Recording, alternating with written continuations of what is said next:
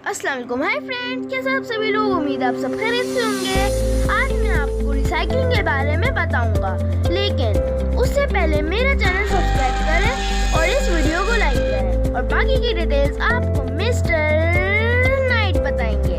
तो let's start the video.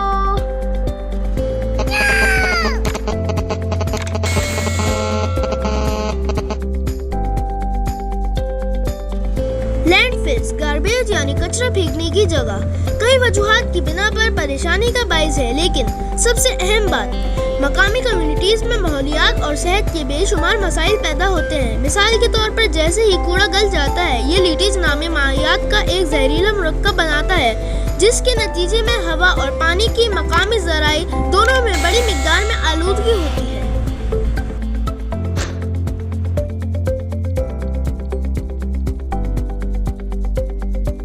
Recycling क्या है?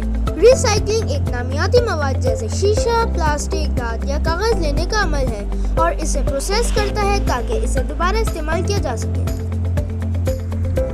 रिसाइकलिंग बहुत सारी तवानाई बचा सकता है। सिर्फ एक प्लास्टिक की बोतल को रिसाइकिल करने से इतनी तवानाई बच जाती है कि एक लाइट बल्ब को 6 घंटे तक चलाया जा सके। कागज दरख्तों से आता है। हर टन रिसाइकल शुदा कागज 17 दरख्तों को बचा सकता है। अपने तमाम पुराने होमवर्क पेपर्स, अखबारात वगैरह को रिसाइकिल करें ताकि नया कागज रिसाइकिल से बनाया जा सके, ना कि नए कटे हुए दरख्तों से। I hope you really enjoy this video. तो उम्मीद करता हूँ कि आप भी रिसाइकलिंग बिन अपने स्कूल में लगाएंगे। ऐसी रिसाइकलिंग बिन मैंने अपने स्कूल में लगाया हुआ है। उसके स्टेप्स मैं अपनी अगली वीडियो में बताऊंगा।